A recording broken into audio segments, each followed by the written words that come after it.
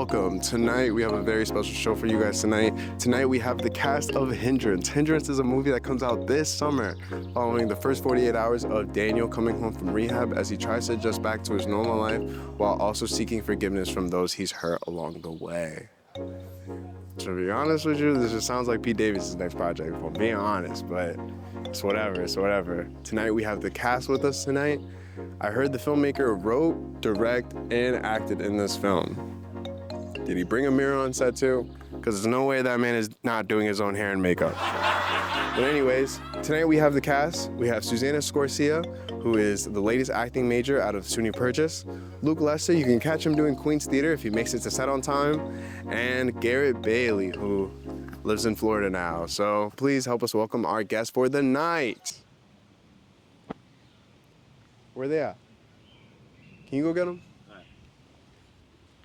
It was just like, he's not happy with the product. It's not us. Yo, they're ready for you guys. Okay, Let's come go. on. Thank you, of course.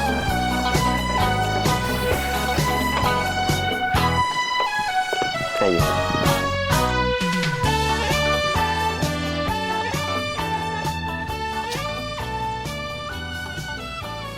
Welcome. Appreciate that.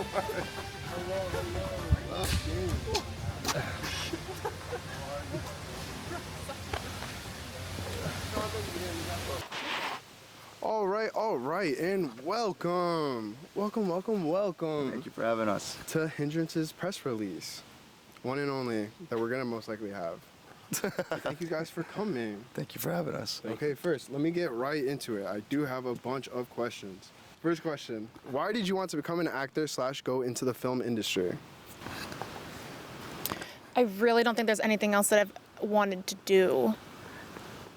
Kind of because when you're figuring out who you are just in life, I would always resort to pretending to be somebody else, and it was just so much easier. And so when I realized that people actually do this for a living, I was like, that seems like second nature. I might as well see if I got a chance there. I think from the day, not even from day one, I just think I always imitated everything I would see on TV. Every time I'd watch a show, I end up mocking the way the person, and I think acting is a lot in part imitation. Not that I knew that at the time, I just loved acting like those people, and it filled me with so much joy. And then, I finally was like, my mom wanted me to be a doctor, and I'm like, I don't want to be a doctor. I was going to school for all that and whatnot, and I was like, I can't do that. So I was like, let me take an acting class. And I hated the class, but I loved the idea of acting. And I was like, this is it, and I have to pursue this. And every time I'm on stage or every time I've done a film or anything like that, it's just true, joy. And I realized that this is the only thing I could really see myself doing because I love getting into character and I love being somebody else for a little bit. It's fun. I think plus my energy is just through the roof and I don't know how to contain it, so I think this is really the only way to do it. And yourself, sir? Watching films as a young child, whatever imperfections were going on in my life, I knew I could find the positivity and the success of it all through films. A great picture, you learn things, and it's like you just say to yourself, why can't I do that? It's more of a why can't I do that? So you grow up with that why, and you just keep going. All right. So I just want you guys to tell your experience or your version of the casting process in getting this role. I don't remember having to do too many callbacks, maybe one or two, but it was... You two were difficult to cast, but with Susanna, I had options. For Jessica's character, How many I people? had 8, 12 different people, yeah. Yeah. Really? So it really came down to cracking down to Susanna, yeah. Nice. Wow. I think you got the right choice. No, I of think so course. too. But also, how disrespectful of me for you to be sitting there going through lists and lists of people, and me in the back of my mind being like, but it's not even a serious movie. Should I really take it? And then I had a blast, and I showed up to a... The funny thing was, at the time, I remember, we talk about this all the time. I don't remember if I applied or you reached out to me. I think it was just through backstage. And I can never remember what it's like with backstage. I don't remember how that happened, but I remember just seeing a message and I'm like, okay. I believe I was back. I remember applying to it backstage, but I don't remember if like you responded back to me on backstage or you reached out to me in email. But I will say, your age didn't matter when you presented what you were presenting to me. Yeah. I don't remember putting my age on my listing. No. Well, you got a call with you, and it was some guy in his bedroom. And I have an agent now. Okay. You see, it's funny. I haven't even gotten that far. I still don't have an agent. I think that's what I'm looking for now. Me neither. I wanted to know your first thoughts when reading the script, and if there were any scenes you were anxious to film, any scenes that you knew were coming up like in the schedule and you were nervous about, just anything specifically like scene or script-wise that stood out to you when you first read the script. Well, I do remember the scene where me and you are fighting in the kitchen it was the first day we were meeting. Oh my God, yeah. And it was the biggest, it's like the climax of the film for our relationship. It's the climax of the film. And it was the scene that I had worked on with my acting coach. And she was like, wow, you said this was like some kid. This is a really well-written scene. And that is what made me take everything more seriously. And I remember showing up to set, not knowing what to expect because we were showing up at your house and thinking again, like belittling all of the reasons to not take it seriously. Yeah. And then you were, as someone who is directing, who had also written it, who is now going to act in it, you showed up like kind to everybody that you're working with, but also like ready to work. And I was really nervous because I hadn't met you. We rehearsed the scene over like Zoom or something, FaceTime. But I didn't feel, it ended up working. I know we did that scene because your hair, we needed to do all of the long hair scenes first. Like that. But I was worried that like the chemistry wasn't going to be there yet because I didn't know you, but it ended up working because I'm supposed to be, that's how you justify everything for your character. I'm supposed to be. You hadn't seen me for like 3 months or something. Like right, I'm supposed to be very distant with you and being like, why are you showing up at my house? But I was supposed to hit you, and like I wasn't doing it. But I kept I kept holding back because I was like, I don't know you. And then you were just like, just hit me. I don't care. And that's probably the take. Yeah, we were. That's probably the one that you used. But I was really nervous for that scene. And being the first one, I think it shot all the anxiety for filming out of the way. So you guys remember the kitchen scene? Yeah, of course. That was the first scene we filmed together. That's crazy. I don't even know why we did that. Because of your hair. You needed the long hair first. And like, you know. Even still, even looking back, I'm like, why did I do that? But I think it just sounds like doing it the hardest way possible. possible. Absolutely. Yeah, you threw me into the deep end. Why not? Why not? Your writing, I will say, Emil, your writing, it's not very good. It's not. I've handled a lot of scripts. For first time. It did not feel like you were first time director. Or the acting. Yeah. Or the acting. Cool. Let me ask you that. That's the next question. Wait. Okay, go ahead. That's the next question. I'm curious. I got a question. What did you guys think when you found out I was gonna be in it and direct it? Very shocked. Super shocked. Very shocked. I was like, this is not gonna work. Well, This is not gonna fucking. Luke, what did you think? We have the most scenes together in the script. Yes, we do. First, I will tell you this. First day on set, when I found out that you like literally did it all, I was like, this is just gonna be a hot mess. And the reason why is because I've worked with so many directors that were hot messes, and they were just directing. Yeah. So I'm like, this is gonna be a fucking mess. But I'm like, you know what? Let's go try this out. Why not? This is gonna be fun. And I get there, and the first day I'm acting with you, and I find out that that's your first time acting, and I'm like, okay. And then I'm like, and then as I'm trying to get in character, because I was still relatively new to this too. My first time too. Yeah. I'm like still relatively new to this too, but I knew like eye contact is a huge thing for me, and I never told you this. Eye contact is such a huge thing for me, and I remember the camera would be over your shoulder, so it'd be looking at me, or I'm sorry, it'd be over, yeah. And then I'd see you just like look at the camera, and you kept like looking at the camera, so like it was so hard for me to like stay in. Not on me. You did do that. Camera's I not on remember me. you doing Camera's that on y'all. I know, that's what I'm saying, but like it was new to me. Like I'm saying, it was new to me, and you're absolutely right. That's how that's how it is. Like sometimes actors aren't even there; they're just stand-ins. So I'm like, I was trying so hard to get emotional. I'm like, look at me. It was just, I realized I was like, no, this guy is just locked in. Like he's locked into everything. He's got everything on wraps. Super commendable. Super commendable. But oh my God, I forgot my question. Oh, when it came as a screenwriter, well, not as a screenwriter, but as like a director, thinking like, okay, now I have to, especially low budget. When you realize like, oh, I have to film here, I have to do this, I have to do that. What goes through your mind, and like, do you immediately think like that's not gonna be possible? That's gonna be too hard to do, stuff like that. Yeah, did you write around knowing that you had to use certain locations? Yeah, I wrote Hindrance, especially when I was writing it. I was like, okay, I can only write scenes and locations that I know I fully have access to.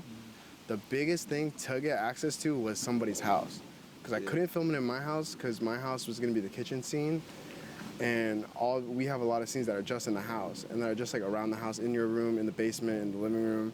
And I'm like, I need somewhere that's convincing that it would look like we would live there, and it would be not like crazy idea. Right. But yeah, that was the biggest part. So AJ came in clutch with that. Shout out to AJ. Shout out to AJ. But yeah, I have no idea. But that was the locations we had was just everywhere. Yeah. We were all over the place. All over. All over Stanford. We like broke up in a parking lot, like a random parking lot. Yeah, we did. Is that the same place that you? That's the same. That's not. That is the same parking lot I've used to break up with somebody. Oh, that's nice. Yeah. Yeah. Thanks for So telling you me. really pulled from experience there. The only way I know how. The script of Hindrance is 110 pages. How many pages of the script do you think you had to memorize? If you could guess. Do you know the answer? Yeah. Oh shit. For every Go actor? first. Oh, Yeah, you have for a every bigger- actor. You have a longer number. Yeah. I'm like under 20 for sure. No way. Me? Yeah. I'm definitely under 20 pages. I'm gonna tell you after. I don't think. Hold on. I'm gonna say 32 For me? pages. Out of 110. No. Yeah, but a lot of 20, our scenes are 25. like montage, and then we have two fights. Two fights? And one of my scenes got cut. One of your scenes did get cut. So how am I supposed to know? He's supposed to cut we had a whole himself. scene, yeah. All right, so if you could give a number, what number are you giving? 20. All right, how about you? I'm gonna just This is hard. say 46. How about you? How many scripts do you think? How many? I want to say. I want to say like 12 to 16. So the script is 110 pages. Okay. Susanna had 28. No way. Susanna had 28. Luke had 68. What? What number did you say? 46. At least. Luke had 68. He had 22. 22, my boy. I had 90. 90. He Nice. asked the question. He's like, I'm the top dog here. I want you guys to know how much work I did. 2. So much space. It was awesome. So I got 3 more questions after this one. Okay. So were you aware of the social media following throughout Hindrance? Or when did you become aware of that? Well, you told it to me. What are you talking about? Yeah. I'm a little confused. You said it to What? me.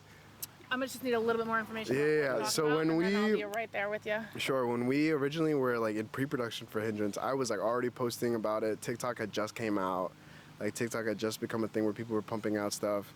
And then I had made just like a bunch of recaps of how filming days would go. Oh, I know what you're talking about. Yeah. Yeah. So yeah. I remember that. So right before we were filming Hindrance, we had a pretty significant following, and then I stopped doing it right when we started filming because I was like, I need to focus on filming. And That's then too bad. at our peak, we had 32,000 followers on Line Productions. Yep. Right. So what did you guys think of that? You could still get back into that, by the way. No, that's literally what this is. You should definitely, because I mean TikTok is definitely a little bit different now as far as like growth, but there is so much that you can do now for your art and publicizing your art through social media, and like how you can go about the public. What's the word that I'm thinking of? Those people. Oh my God, what is that job that you do when you can predict trends? No idea. I don't know either. Predict But people that trends. just know A trendist. Just people with marketing, whatever the term is, where you like use the trending sounds and you're able to make yourself grow. Like that is how people do that who are in the business now. I mean, think about the Barbie movie. Think about how much they did Crazy. with like with marketing, with the color pink, with their actors, and you were doing that on your own, and you got it pretty far. I mean, that's a big following. My thing with it was it seemed so simple and it seemed so like, yeah, of course this works. And then when I stopped doing it, I obviously notably in my head consciously was like, okay, I'm gonna stop doing this and do Hindrance. Right. But I was always like, I'll come back to it. It's so easy. Right. It's Being really. like, And it's not. and it's not. Once you stop it, it's always hard. Because I lost all my momentum. But it was great. I'd get comments. I'd get people. People were like, let me know when I'd it's gonna get be out. Instagram DMs. People would find my Instagram. People would ask to be TV in it. help, Be out. filming. Yeah. And that was really weird. Where I was like, I didn't like that part. Because people were like finding me. I remember people would like. Do you know what somehow, business you're going Yeah, into? I'm confused. Somehow Isn't that people, a good thing? like I'd get emails. It was a whole thing. No, it's creepy. It's definitely creepy. Yeah. All right. So I'm down with my last 3 questions. So what did you guys think of the ending of the movie? How it ended? Sad. Sad. Did it feel complete? Yeah. Yeah. Just really sad. Yeah. But I love movies that end like that. It felt like that's where it was going. And I've heard that. yeah. I've heard people be like, it seems like that's what he wanted. Yeah. Yeah. It seemed like there was no other way out for what was going on in your life other than for that to be the ending. And it was very sad. Doesn't it also make you think of your own character a little bit? And don't you kind of feel bad for your character when the movie ends? And you're like, I was doing so much to help this guy. Yeah. And you failed. You didn't. But that's what, if we had to make a sequel and it was about you, and even my character, if I would just be like, I left this guy and this happened to him, what if I didn't do that? You think he would still be around? And I don't know. I remember thinking that at the time, like all the lives that you affect when that stuff happens. It's a sad way to end the movie. Maybe the most realistic, maybe, but just. Wait, we're not allowed to talk about what actually happens though, right? If they know, they know. I just, like I said, it was very sad, and it seems like that was. I don't think we said anything. No, we haven't said okay. anything. I think we kind of dodged around it, but I just feel now everyone's probably like, oh, I get it. Now they have to watch it. Yeah, right. Now you gotta watch it. But I feel like, yeah, that's truly 100% closure. And yes, I did feel really sad for my character. There was a. I was like crying on my way there to your house, and I remember saying like, hey, I really want to cry, and you're like, and this happens all the time from what I hear with directors, they'll record you crying, but I couldn't fucking get it to happen, and you just cut it. Yeah, I just couldn't get it to happen, he just cut it. I was like, you know what, Look it's at for so the many best. notes. Look at so many notes for himself. Look at so many notes for the scene. Look at so many notes for. I really was like that though. I was like, oh, but I really think this will work. You're like, no. I was like, okay. Yeah. I mean, all these years later, though, if you could film it, you might have been like, you know what, a good scene after would be not me crying, but like me angry. Because what do people resort to like when they're really sad? Yeah. Oh, They yeah. start breaking shit, Yeah. yelling at people. Yeah. And like you could have had a real breakdown. Right. And that would have been really fun to film. Really Exactly. fun for you, the person, but like maybe there's a sequel. My next question. Wait, Garrett, what did you think? Oh yeah. Oh, sad. Very sad. Oh, you said like, that. Piggyback what you said. You're literally the last Piggyback one, bro. what you said. Yeah, I know. Yeah. Sad. Sad. I don't have any other word. Yeah, I don't want to. No, you're good. I don't want to give too much because Okay. I'm always big on like go see it. Like, yeah, go see your it. Go see it. interpretation, you know? Yeah, right. I'm big on that. Forgive me, I'm getting a little. You're good. Yeah, it is hot. I ain't gonna We're lie. about to wrap up. We're about to wrap up. We're about to wrap up. I'm gonna have to take this off. All right. So Can you take it off? Yeah. Why I'm not? about we got 2 questions. We got 2 questions. Oh, left. We got okay. 2 questions. All right. So obviously we filmed this summer 21. It is currently summer 24. We know how time goes by so fast. What do you see or hope for yourself by the end of 2025? 2025. By the end of 25, I hope to be possibly constantly working in art and to be highly compensated for it. And I'll leave it at that. Yeah. And to be blessed and highly favored. Yeah. That's it. And you too? I just want to figure out a way to get this back into my everyday life a little bit more because it's so therapeutic and it's just fun. And like if we have to work for a living, I want to be able to do something that I'm very good at and passionate about. Right now, my favorite genre of film are movies based on real events, like Oppenheimer and Ray and all those. Catch Me If You Can. And so I'm writing one right now to be like a mini series because this girl's life was so interesting I can't shove it into a movie. And so I'm working on that, and hopefully by the end of 2025 it's at least fully written, and see what happens after that. I just want to finish it though. That's awesome. Perfect. That's my goal. Sweet. That's awesome. And Luke? Well, you know, by the end of 2024, my goal was to start getting like really compensated for acting. That was my goal to get for this year because all of last year was training. Yeah. And like getting back into the swing of things, and then this year it's like, oh, I'm gonna do this, but I hate to say it doesn't seem like it's happening. Right. I'm kind of doing that to myself. I'm prioritizing the wrong things, but like I'm working, and I'm You'll get a rhythm. Yeah, I gotta get a rhythm, and so hopefully by the end of 2025. But I am getting up there in age. I'm about to be 30. I'm old, and I need to get this going. So I'm hoping by the start of 2025, I at least have like in talks with agents, which is what I was gonna tell you guys about. But we'll talk about that after this. Good. All right, cool. Perfect. All right. For my last question, what is the plot for Hindrance 2? Wow. Speaking That's of, why he didn't laugh at our joke. I know. I was like, was it not that funny? Jeez. Pass for now. I don't have Well, I don't have want a to reveal response. the end of this one.